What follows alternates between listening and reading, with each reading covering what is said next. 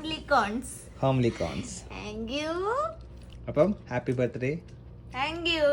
റൂമിൽ ചെറിയൊരു kitchen setup ഉള്ളതുകൊണ്ട് രാവിലെ തന്നെ അമലേട്ടൻ ചെറിയൊരു ബ്രേക്ക്ഫാസ്റ്റിന്റെ ഒക്കെ പ്രിപ്പറേഷനിലാണ്. ലേറ്റ് ചെക്കൗട്ടിന്റെ ഓപ്ഷൻ കിട്ടിയോണ്ട് ഞങ്ങൾ നല്ല സുഖമായിട്ട് കിടന്നുറങ്ങി ഒരു ഉച്ചയാവാനായപ്പോഴാണ് എണീറ്റത്. ഇന്ന് നമ്മള് ഭയങ്കര റിലാക്സ്ഡ് ആയിട്ടുള്ള ഒരു ദിവസമാണ് കേട്ടോ പ്ലാൻ ചെയ്തേക്കുന്നത്. ബ്ലൂ മൗണ്ടൻസിൽ തന്നെ ഒരു സമ്മിറ്റ് വ്യൂ ഉണ്ട്.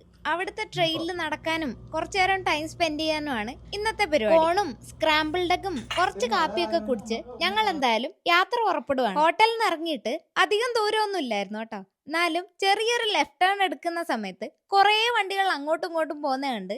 ഇതെന്താ സംഭവം എന്ന് ഞങ്ങൾ നോക്കി നിൽക്കുക. നമ്മൾ താമസിക്കുന്ന പ്രൊവിൻസില് ഇതുപോലെ മലകളൊക്കെ കുറവായതുകൊണ്ട് ഈ ഒരു കാഴ്ച കാണാൻ വേണ്ടി കുറെ ആൾക്കാർ ഇവിടെ വന്നു പോകുന്നു. ഒരു 10 മിനിറ്റ് ഡ്രൈവിന് ശേഷം നമ്മൾ എന്തായാലും സ്ഥലത്തെത്തി. ഇനി പ്രത്യേകിച്ച് പരിപാടിയൊന്നുമില്ല. നീണ്ടു നിവർന്ന് കിടക്കുന്ന ട്രെയിനിൽ കൂടെ അങ്ങ് വെച്ച് പിടിച്ച് നടക്കുക. പിറന്നാളുകാരിയും കൂട്ടി ഒരു 10 കിലോമീറ്ററിന് മേലെ ട്രെയിനിൽ നടന്നിട്ടാണ് ഒന്ന് സൈഡിൽ നിർത്തിയത്. ഇന്നാണെങ്കിൽ ക്ലൈമറ്റ് കുറച്ച് തണുപ്പാന്ന് പറഞ്ഞ് ഞങ്ങൾ എല്ലാരും കുറച്ച് കട്ടിയുള്ള ഉടുപ്പിട്ടിട്ടാണ് കേട്ടോ ഇറങ്ങിയത്.